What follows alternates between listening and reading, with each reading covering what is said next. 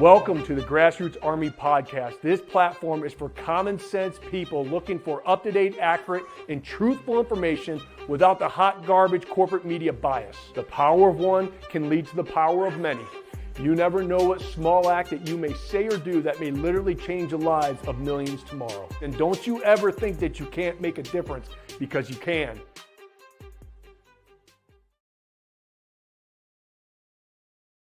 Good morning, my fellow Michiganders. Good morning, my fellow Americans. Welcome to the Grassroots Army podcast. I am, of course, your host, Garrett Soldano, and I have a fantastic show for all of you here today. We're going to talk about not only immigration, but illegal immigration and what happens when you have a mass influx of people that come into your country. I found an old video that went viral long ago. I think this presentation is 28 years old. The presentation itself is, but then he updated back in 2010 and I shared it, and it obviously went viral on all my platforms. So I want to make sure that you all see this. And then we're going to talk about the economy, inflation, and how this is hurting all of us. So we're going to break down some numbers, especially the numbers that I saw on Fox News this morning with the amount of inflation and what that has done to prices across the board. And so we're going to talk about some things. And with Kamala Harris having this, I guess, not even a press conference, and what she has been saying about corporate greed. And we're going to break it down. It's not corporate greed. It is basically getting hammered by a very horrible economy. So let's get right in to what this guy has to say about mass immigration. This is a very powerful, powerful video. So check this out. Some people say that mass immigration into the United States can help reduce world poverty. Is that true? Well, no, it's not. And let me show you why. This gumball represents the 1 million legal immigrants that the United States has taken every year on average since 1990. Now, who in the world deserves our humanitarian compassion? The World Bank has one measure of the desperately poor of the world. They make less than $2 a day. And how many people make less than $2 a day in the world? We'll start with Africa. In Africa alone, there are 650 million people who make less than $2 a day. 650 million. And in India, another 890 million people, desperately poor. China adds another 480 million people, making less than $2 a day. And unfortunately, the rest of Asia has a heartbreaking 810 million people who the World Bank says make less than $2 a day. And finally, there's 105 million of Latin America's population that are desperately poor. All told, the World Bank says there are 3 billion people in the world, 3 billion people who are desperately poor, making less than $2 a day. That's 3,000 gumballs. And every year, we take 1 million and suggest that we've somehow made a humanitarian difference. Of course, we don't pull our immigrants from these desperately poor populations, do we? These people are too poor, too sick, too disconnected to make it here as immigrants. We tend to pull our immigrants out of the better off poor of the world. And Mexico tends to define the type of immigrant that we bring here because the plurality of people come from Mexico. And Mexico is poor. How many people in the world live in countries that have average incomes lower than that of Mexico? And the World Bank tells us that that number is these 3 billion plus another 2.6 billion people. 5.6 billion people in the world who live in countries with average incomes below that of Mexico. That's 5,600 gumballs. And so what is it that the elites are telling us? They're telling us that when we take this 1 million immigrants, that we somehow or another are tackling world poverty. And we have to do it regardless of the effect on our unemployed, the working poor, the most vulnerable members of our society, regardless of the effect on our natural resources. Even if we went by the most radical proposals in Washington which are to actually double our immigration to 2 million a year, which would totally overwhelm our physical, natural, and social infrastructures, we couldn't make a noticeable difference. And we may be really hurting the impoverished people of the world because the million that we do take are among the most energetic, often the better educated, certainly the most dissatisfied people that if they did not immigrate would be the agents for change to improve the lot of all the people in these countries. The true heroes in the global humanitarian field are the people in these countries who have the wherewithal to immigrate to another country, but instead stay in their countries to apply their skills to help their fellow countrymen. Unfortunately, our immigration system tends to entice these very type of people to abandon their countrymen. The impossibility of making even a dent is actually worse than it looks here. Because last year, when we took 1 million immigrants, these countries added, births over deaths, 80 million more people into the impoverished populations. And this year, Congress is bringing in 1 million legal immigrants. And this year, according to the United Nations, these countries are expected to add another 80 million people. And next year, you can be quite sure that Congress, unless stopped by the American voters, will bring in another 1 million immigrants. And these countries, unfortunately, will be adding another 80 million people into these impoverished nations. We could take 5 million a year, but we'd never get ahead of what's happening in these countries. Not in this century. Don't you see? Immigration can never be an effective or significant way to deal with the suffering people of the world. They have to be helped where they live. 99.9% of them will never be able to immigrate to a rich country. There's no hope for that. They have to bloom where they're planted. The only place that 99.9% of these people can be helped is where they live.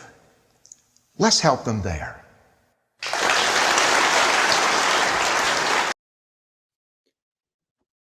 Like, oh, that is such a powerful video. I mean, number one, folks, you got to share this. You have to share this to everyone that needs, especially the independents. The Democrats are brainwashed. There's no help with them. They want to save the planet, but that is right there in your face. It's a great visual representation to really show us all what's going on and the insanity of these corrupt politicians and all the stuff that comes out of their mouth. Now, look what he was doing with just 1 million people a year. And he said if we accepted 2 million, it would overwhelm our system and basically be the downfall of our country. Do you understand? This has to sink in to everyone that's watching right now. Do you understand how in trouble we are as a country? They have let in over 10 million over the past couple years. And this guy was talking about back in 2010, by the way, if we would let 2 million in, it would be catastrophic for our country and our economy. What's going on? Open your eyes. Take your head out of the sand. Look what the Democrats are doing to our country. They can't run away with this. I don't care how much corporate media tries to prop up these weekend at Bernie candidates that absolutely suck on policy. Let me say it again, suck on policy. They can't run away from the truth. They are overwhelming our country. They're crashing our economy. It's just going to get worse. And I don't care what Kamala Harris vomits out of her mouth, because it's all lies. It's all propaganda, right? Bottom line, keep it simple. The KISS principle, keep it simple, stupid. We can't do this.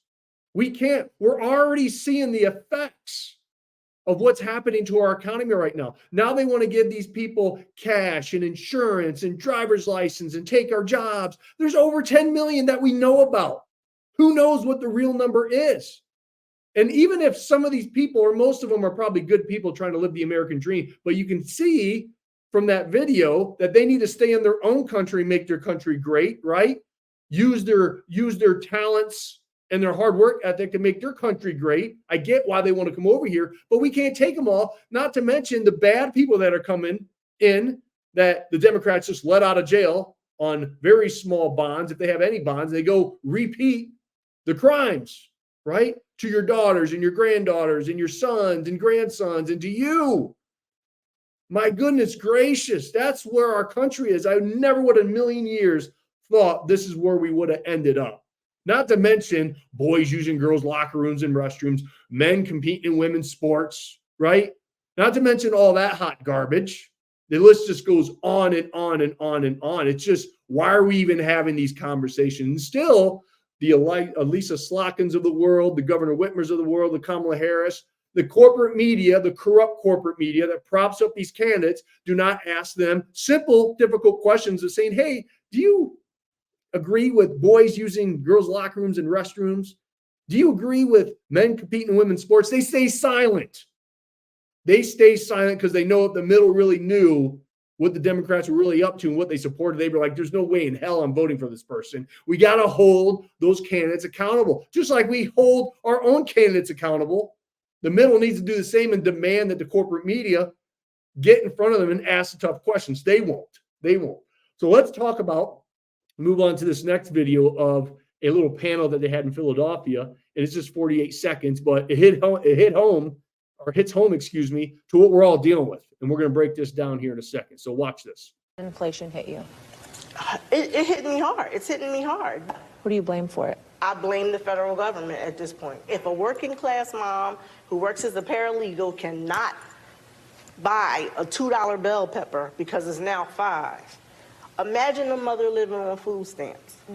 Imagine a mother who's making minimum wage trying to feed children. They're killing us without killing us.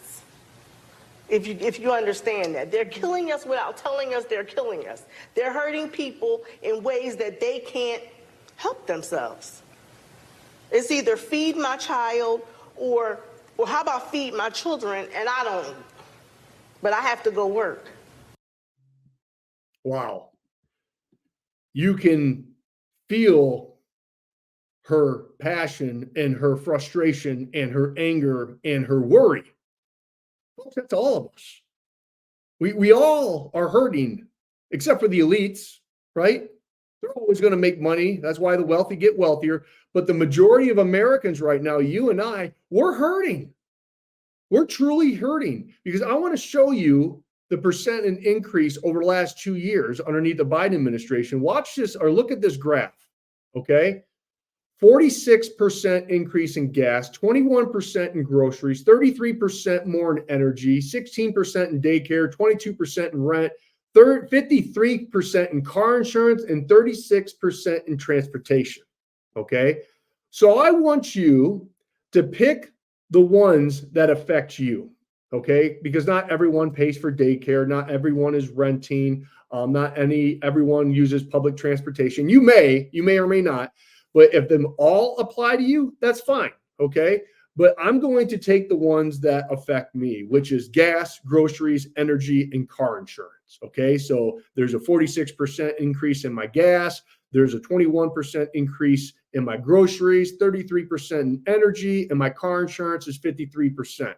I averaged all of those up, those four, and that comes out to an approximate 38.25% increase in kind of my bills, right? So here's what I want you to figure out right now. That is me. Figure out you. So you take those, you divide it by whatever number affects you, and that is your percent increase. So let's say I make $100,000 a year. That's my income. Okay, that's on average over the past, 3-4 years. Let's say that's what it is.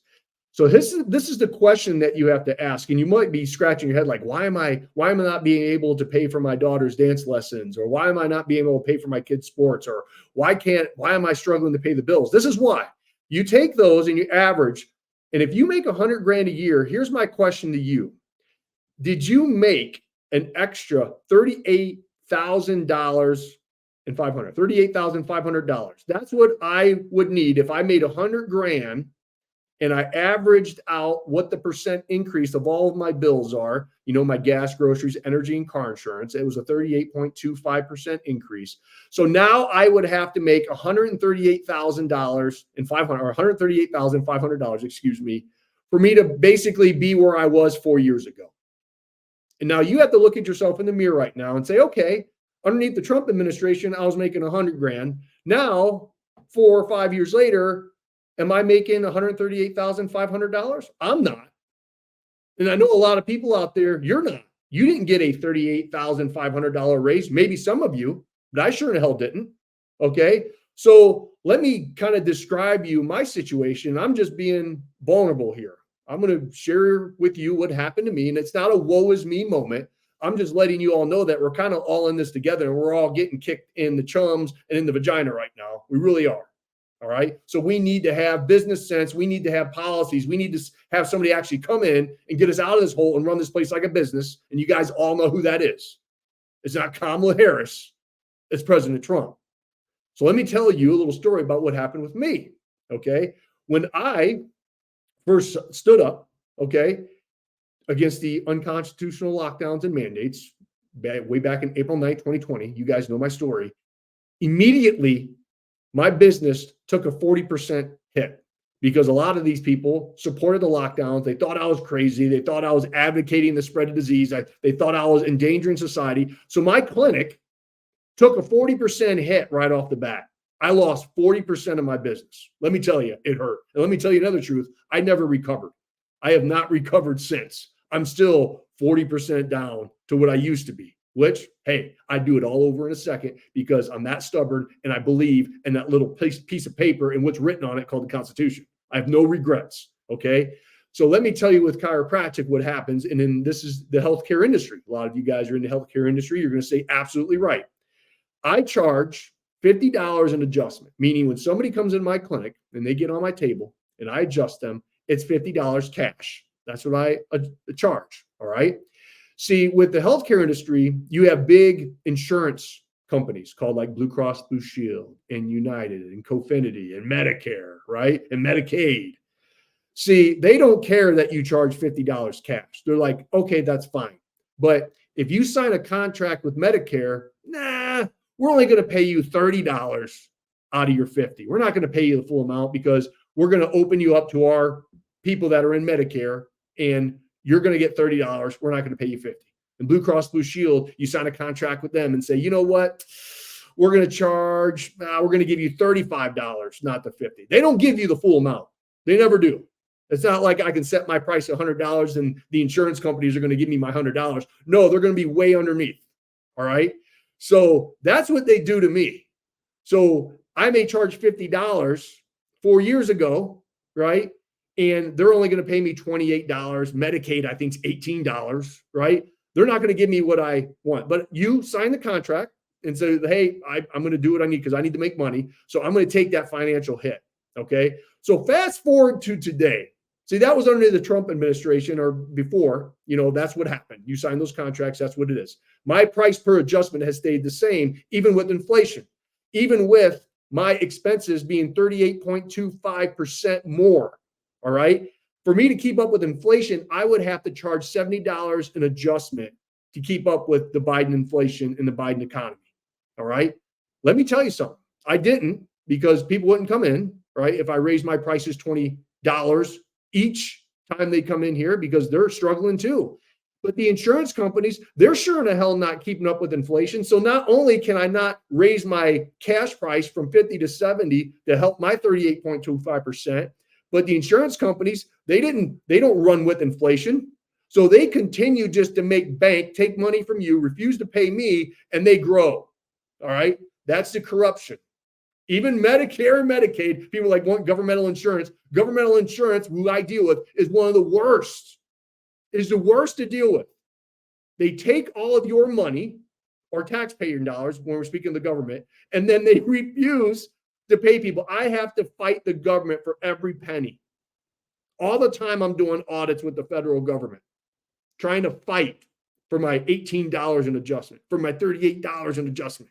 All right. I spent all this time and energy fighting for them to pay me. Right.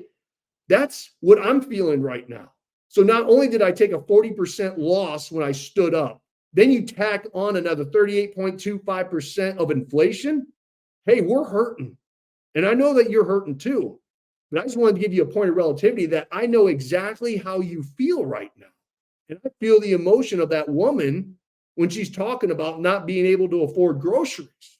Now, I planned for this. My wife and I were very good with our money. We live way beneath our means. We prepared for this. We're doing fine. I'm a whole heck of a lot more blessed. But just to show you numbers wise, it hurts. Okay. So Kamala, well, before I get into Kamala, let's talk about retirement. So before, when I'm saving for retirement, let's say I wanted to save $2 million 4 or 5 years ago. That's what the goal was. You know what that number is now with my 38.25% increase? It's $2.765 million. I have to save an extra $765,000 for retirement to be where I was 4 years ago. And you try to do that when you take a 40% hit for standing up for the people, and then you take the insurance hit, that refuses to keep up with inflation, that doesn't pay you, and you can't raise your adjustment price because you're going to hurt the normal cash paying folks, right? That's where we're at in our country. See, Kamala's going to come out this week, I think Friday, and talk about how it's corporate greed. No, it's governmental greed. That's what it truly is, right? As we continue to line the pocketbooks of these corrupt politicians and hammer down on normal folk like you and I, that's where the corruption is.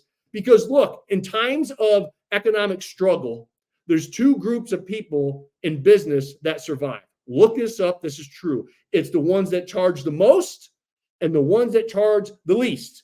So you got the Amazons, you got the Walmarts, you got those big companies that are going to bank. And I'm going to explain why. It's not corporate greed. It's out of survival this happens. You have those companies, and then you got the cheapest, like the McDonald's of the world. So let's look at restaurants. So you got the restaurants, like if you guys are from Chicago or Chicago area, I love Gibson Steakhouse. It's absolutely wonderful. One of my favorite restaurants in the world. Gibson Steakhouse is very expensive. They're going to be doing very well in the economy because the wealthy are always going to have money to spend at the fancy places, right? That's how it works. And then you got the McDonald's of the world that are charged the cheapest, and that's where people are going to flock. That's what's happening in our economy right now. The mom and pop shops in the middle that are struggling are getting just squeezed out because they can't afford the inflation and they can't charge. And now they're raising minimum wage. The insanity goes on and on. So you got the most expensive and the least expensive that survive when an economic crisis happens. Everybody in the middle gets killed. All right. So that's why when my wife goes grocery shopping, she used to just go to Myers. And she'd go to Myers, for those of you in the Midwest that are watching, you know what Myers is. And we would buy all our groceries at Myers. Not anymore. We have to go to 3 different grocery stores to get the cheapest prices. So we're going a little shopping in Myers, we're going a little shopping in Aldi's, and then we go to Sam's. 3 different places to get the groceries, where before we just go to Myers and spend all of our money because it was cost effective and convenient. Now it's about survival. So instead of driving around, and a lot of us do this, instead of driving around looking for deals, what do? We shop on Amazon, right?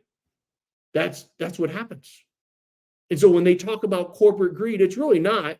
People are just going to go where it's the cheapest, or if you're wealthy and you like expensive stuff, you're going to go spend it at Gibson Steakhouse, and you don't care because you have billions of dollars.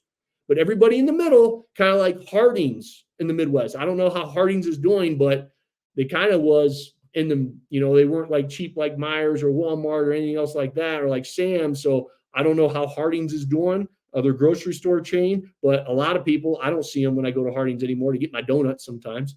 It's not packed. So they got to be hurting.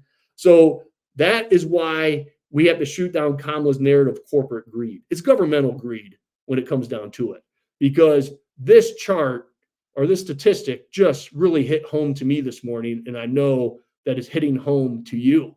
So if that affects you, take the ones that affect you, divide it, find your average, and say, hey, if I made $100,000 underneath the Trump administration, am I making $138,500 now? I know I'm not. And I know you're probably not either.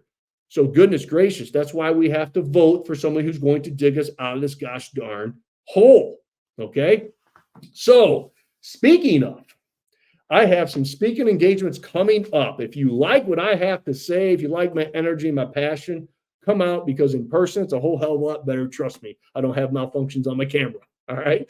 But next week on Tuesday, I will be in Grand Rapids at the Patriot Ice Cream at 6860 Cascade Road, Southeast Grand Rapids, in Michigan. We're going to be there at 6 p.m. I think it's on a Tuesday night, if I am correct. Let me make sure I'm telling you the right thing. I'm going a mile a minute. Yep, Tuesday night, I will be at Patriot Ice Cream. So if you're in the Grand Rapids area and you want to get involved and you want to hear me speak, even if you don't want to get involved in what Turning Point's doing, we're going to talk about Turning Point here in a second.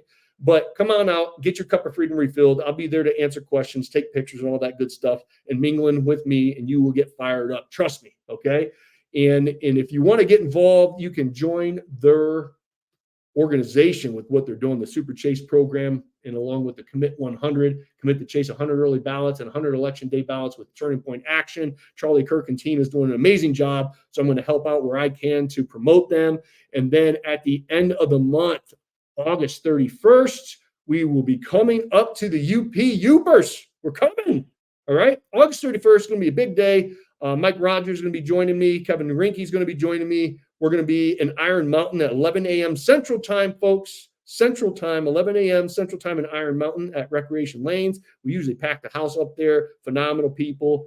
Kathy's a wonderful person. She's always helping us out. So we'll be in Iron Mountain, Recreation Lanes, and then we will be traveling up to Houghton, and we are going to be at the Mine Shaft and Rock House with my man Dan, and we are going to be there from 5 to 7. So if you're in the UP, come listen to us. Come get your cup of freedom. We're answering questions. There'll also be some local candidates, I'm sure, speaking at those events. But come on up, get your cup of freedom refilled, because it's very important that you get around a bunch of like-minded people, because you're going to get hope, okay? You're going to get hope. And I know we're only hitting 2 spots in the UP, and my folks in the Sioux and Marquette, they're mad that I'm not coming, but we'll be back. Trust me, I'll be back in another year. We're going to make another big UP tour where I'll be hitting everywhere in the UP like I did when I was campaigning, so you will not be forgotten. The Yoopers know how much I love them, and I love to support them any chance I get. So if you're in Marquette, hey, I know it's a little bit of a drive to Houghton, but make your pilgrimage of freedom. You know, we're traveling 9 hours to get up there, 9 hours.